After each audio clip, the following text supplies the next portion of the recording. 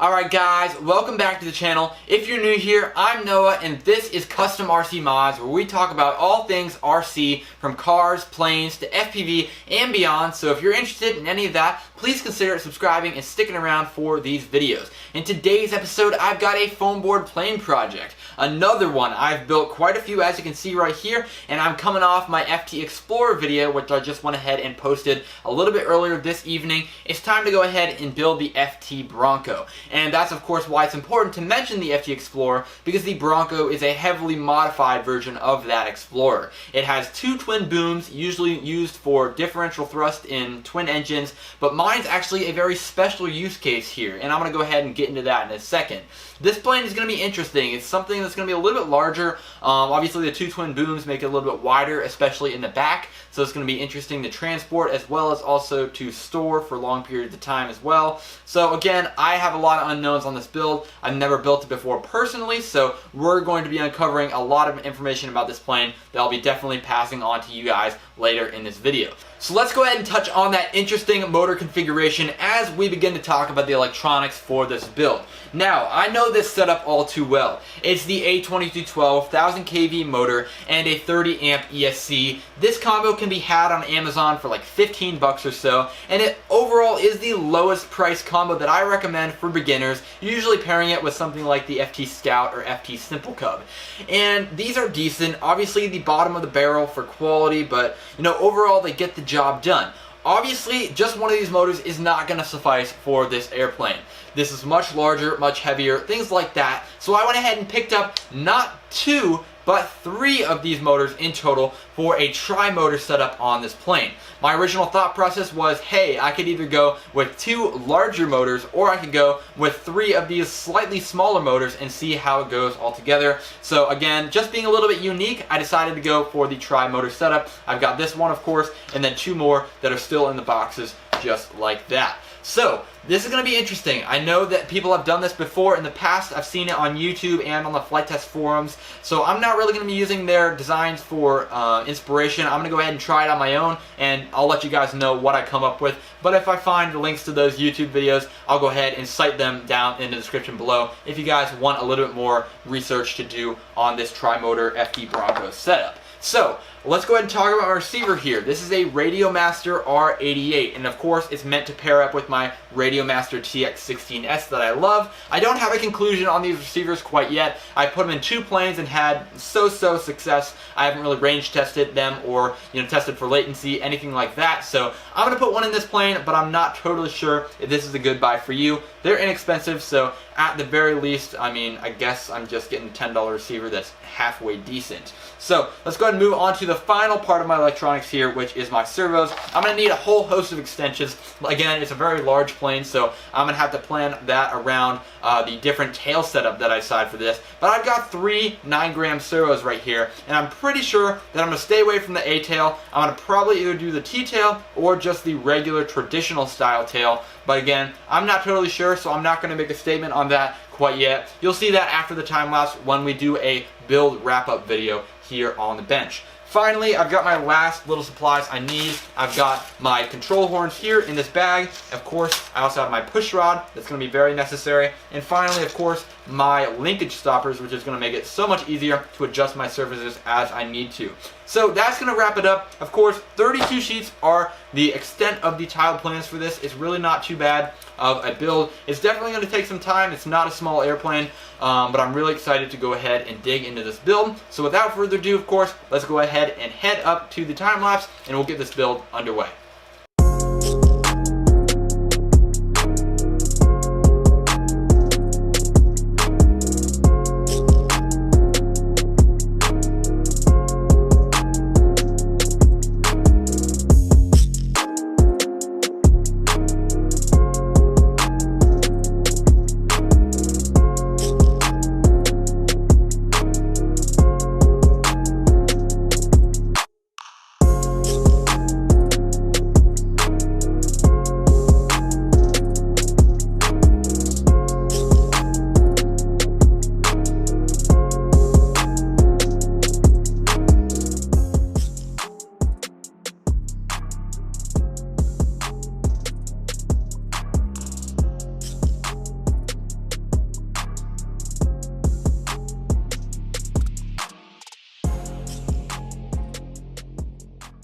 Alright guys, so it's the next day and my FP Bronco build has been completed. Overall, very happy with how it turned out, and it really was an easy build all around, so do not be intimidated. If you've built any FT plane before, I'm pretty sure that you'll have no trouble getting this thing all built up. Of course, with the dual booms and things like that, it may take a little more time, but all of the tactics that they use to build this plane are pretty standard for flight test. So, as always, I'm going to go ahead and dive right into the pros and cons of the build, things that I like and dislike about this design all around, and then we'll go ahead and get rolling with the power test and then the flight. So, first things first, let's talk about some things that I really like. Now, of course, I could talk for days about the looks on this plane, especially 3 of the motors on here instead of just 2 or 1. I just think that really brings it all together. I obviously went for the T-tail design back here, which may have some hindrance on flight performance. I'm not totally sure. I'm not going to call or conclude anything yet, but it definitely looks super cool. I guess you really can't call it a T-tail anymore because it's not in the shape of a T. There's 2 vertical stabilizers, so maybe it's like a lowercase n tail. I'm not totally sure, but either way, maybe you guys can go ahead and comment down below what you think this type of tail should be called. So anyway, let's go ahead and talk about some other things that I liked about the plane. The wing. Now the wing here, super easy to build, and it's going to be a very stable wing. As you can see here, there's a lot of undercamber. The spar cuts off right here, and there's probably a good 8 to 10 inches, I'd say, of undercamber. So if you guys are just learning to fly, or maybe this is your second or third airplane, that undercamber is going to give you a little bit more added stability in flight. However, that may be a weakness just because that part of the wing is not protected and kind of drug under with the fold-over nature of the wing. So, I see that kind of bending in very quickly. And while we're talking about the wing, let's go ahead and bring in my FT Explorer that I built in my last video here. As you can see, it is the same length as the Bronco, just like that. However, it is quite a bit wider than the Bronco is. The wingspan is much greater. I would say probably a good foot wider, 6 inches on each side. And I also went ahead and cut off an inch of wing on each side of this plane as well, just for a little bit more nimbleness in flight. I found, especially with the wider wingspan planes such as the FT Explorer, it's really hard to do snappy roll moves that I like to do personally. So just for that style of flying, it may have cut off a little bit of the stability and lift of this plane. However, as an advanced pilot, I think that it'll benefit me in that way. But overall, again, shorter wingspan, so it might be a little bit easier to travel with as well. That could be seen as a pro or a con. I'm not totally sure. And of course, you can go ahead and modify that in any way you would like.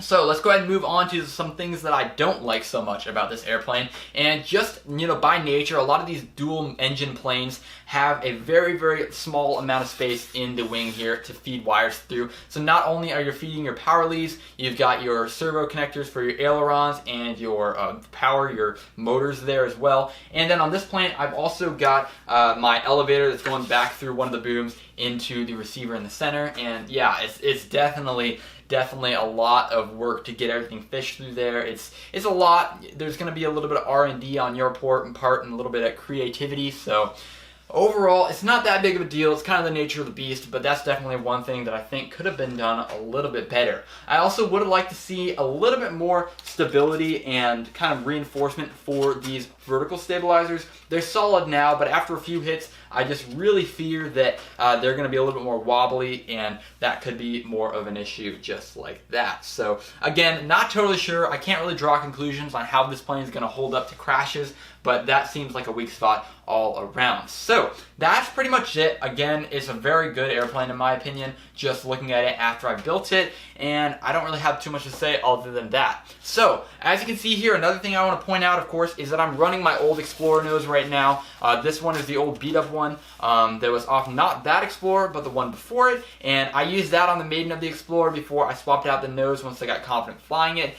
So we're going to go ahead and do the same thing with this thing. Since it's the same Explorer core, we're just going to use this thing for now. And then of course, as you can see right here, I've got another nose there that we can go ahead and swap in after that. Same looks. The actual Explorer core is just about identical to the one that I have on my other actual Explorer there. So I'm going for that Skyvan look. I don't know if you guys like it or not, but either way, here we are. Anyway, now it's time to go ahead and focus on our power system. We're going to do some control surface testing here. I'm going to pop off the nose and show you what we're running with here. I've got a 2200 milliamp hour 3-cell battery, which is a little bit small, I know, but I genuinely could not fit this 5000 milliamp hour pack in there without it being way too nose heavy. So I'm going to find some other things. Maybe I'll even add some tail weight to the back. I'm not totally sure. I still have to figure it out here. But that's up there on the front. And then, of course, 3 motors, 1, 2, 3. We've got these two, which have 0 thrust angle, and this one, just like the FT Explorer, has a little bit downward thrust angle, so it should help this thing track super straight when it's flying. But again, I can't really draw too many conclusions about that. And that's all connected up to a Y harness here. So you can see that I've got this cable right here that actually goes out to my motors on the wings, and then I have this little cable that's an XT60 connector that has it all plugged in to this rear motor in the back. So it's like a triple Y connector because again you're going to 3 motors. And talking about these motors here, again, the 2212,000 kV, these are all running 10x45 props, which is ridiculous. I was actually planning to be running 8-inch or 9-inch props at the max on this plane, but 10x45 is what I had, and that is really, I mean, it's going to provide a lot of power, probably going to drain the battery really quickly, but again, we're going to have to see how that flies. Now, you guys also might have noticed something else while we're on that topic, that this wing here is actually not rubber banded on. It's glued in place.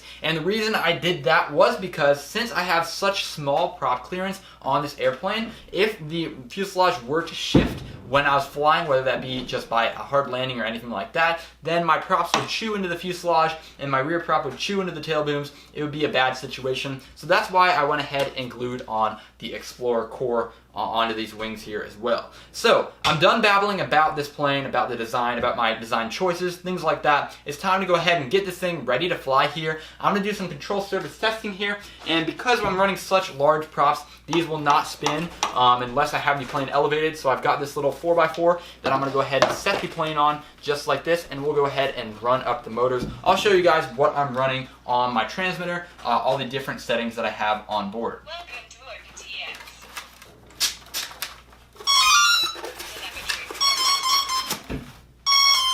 Yeah, so they whine like that. That's interesting. I don't know. It's just the low budget nature of these motors and ESCs. Hopefully they all power up the same, but I'm not totally sure. Okay, so first things first, let's go ahead and get the control surfaces out of the way. Pretty standard stuff. Got the ailerons here, and we got our elevator. No rudders on this plane. That's going to be handled through differential thrust. So now for my motors, I've got a lot of different configurations we're going to run through. First things first, all 3 on at the same time. Here we go. So that was only about a third throttle, and as you can see, it's blowing everything around here like crazy. So there's definitely a lot of power up for grabs on this airplane. But I also, of course, like I said, went ahead and put in differential thrust. Let's go ahead and test that.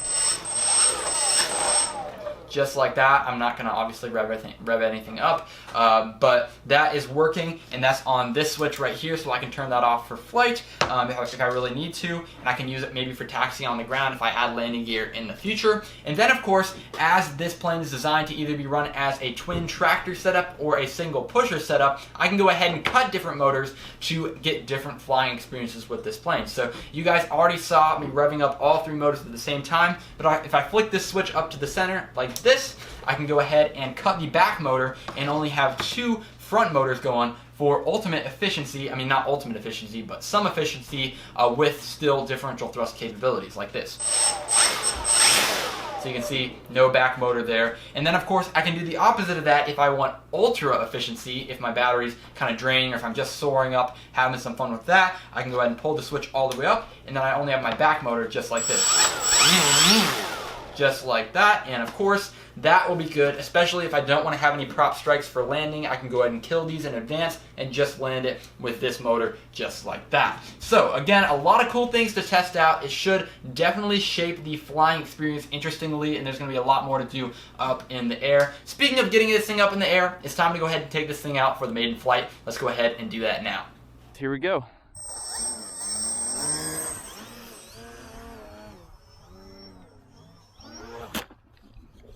Dang.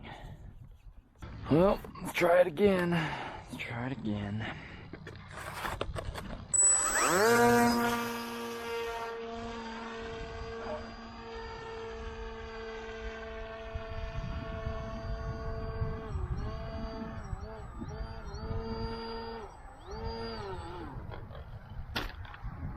Alright, so I did some repairs and here we are back out for take number 2 with the FT Bronco. I feel like there was some sort of ESC calibration issue or something like that that was just causing it to kind of want to yaw to the right there.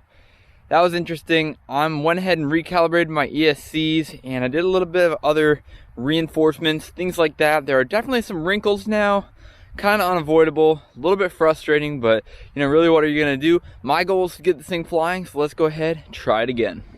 All right, well, here we go, take 2. I'm actually gonna start with only the back motor on.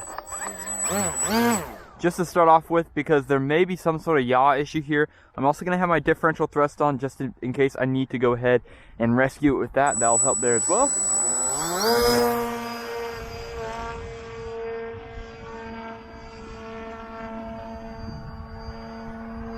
All right, so I'm at full throttle.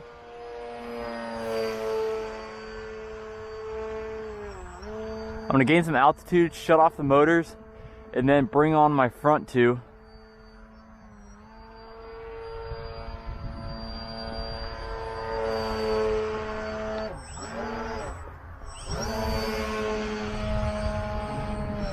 All right, here we are.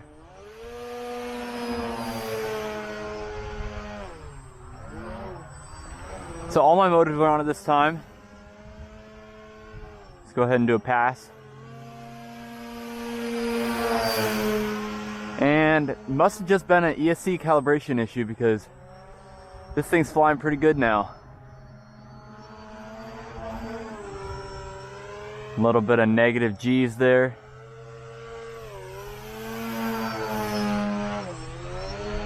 Yeah, this thing is not too bad. 3 motors. Let's go ahead and switch off the back motor here. My back motor is now off.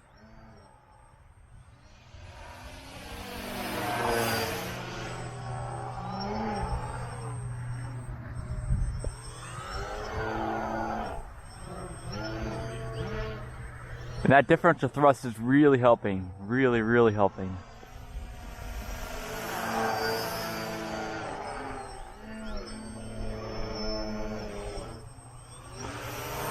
Yeah, it's not flying too bad at all. It's definitely a little bit more sporty than the FT Explorer is, which is nice.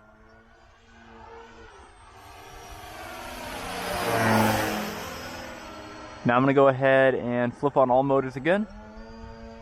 And just the amount of power that you get with that 3rd motor is insane. Full vertical.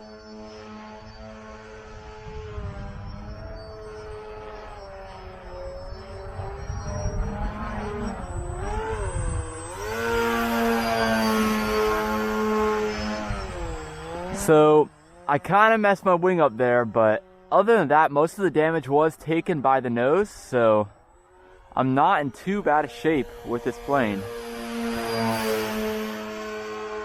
Very nice.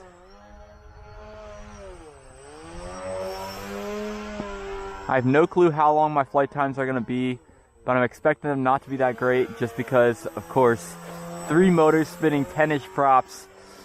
I really can't, I guess, complain too much if I get 2 minutes or so. But we've been flying for a few, and it seems to be holding up pretty well.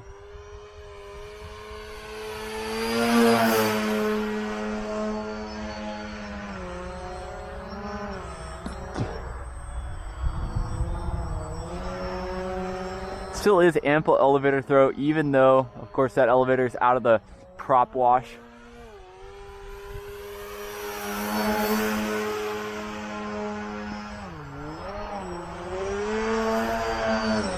See, I'm gonna flip off my back motor again. So back motor's off. I might be in flat spin territory. I'm not totally sure. Let's go up here and try it. Nope, not quite. The twin booms make this plane look shorter than it actually is. It's quite long, and with the vertical stabilizers all the way out there, it definitely makes sense that I don't have a lot of yaw authority, just because it's a little bit hard to move those big vertical objects if you think about the wind and the fluid dynamics of it. But overall, not too bad. So let's go ahead and go back to just my back motor here. That's definitely kind of lame compared to those 2 front motors on, but still totally flyable. It's totally flyable all around. I'm gonna go put my all 3 motors back on. Let's start slowing this thing down. I'm thinking I'm winding down my battery pretty good here, and you definitely don't want to get into the low battery territory with a dual engine plane, let alone a 3 engine plane, because then of course your motors don't power up equally under the sag. They each kind of power up to whatever amount of power that they feel that they have. So slowing this thing down now, and it's flying pretty darn good, I'd say. At a slow speed, it doesn't seem like it's having too many issues with stalls. All 3 motors on at about quarter throttle.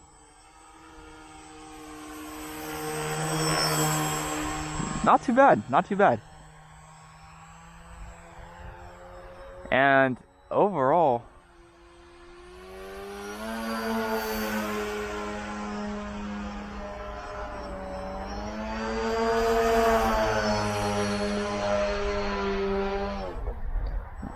we're looking pretty good here. Alright, so I'm definitely feeling the battery sag now, so before I ruin this plane, I'm going to go ahead and bring it in for a landing. There's not really any wind at all, so I'm going to go ahead and just bring it in, just kind of on this approach, but I'm going to do a go around here.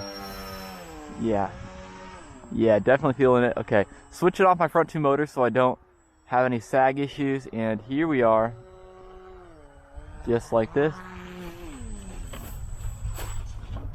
And now I'll do it just like that. So we had a few small setbacks, but overall this plane is flying great. I may choose to rebuild my wing in the future. I'm not totally sure. There are definitely some wrinkles that are standing out to me, but other than that, it's kind of unavoidable after those first 2 crashes I had there. But I'm really happy with this thing all around. You'll definitely be seeing some more content with it here in the future. If you enjoyed this, please go ahead again and like and subscribe to the channel, and comment down below if you have any questions, and I'll catch you guys in the next video.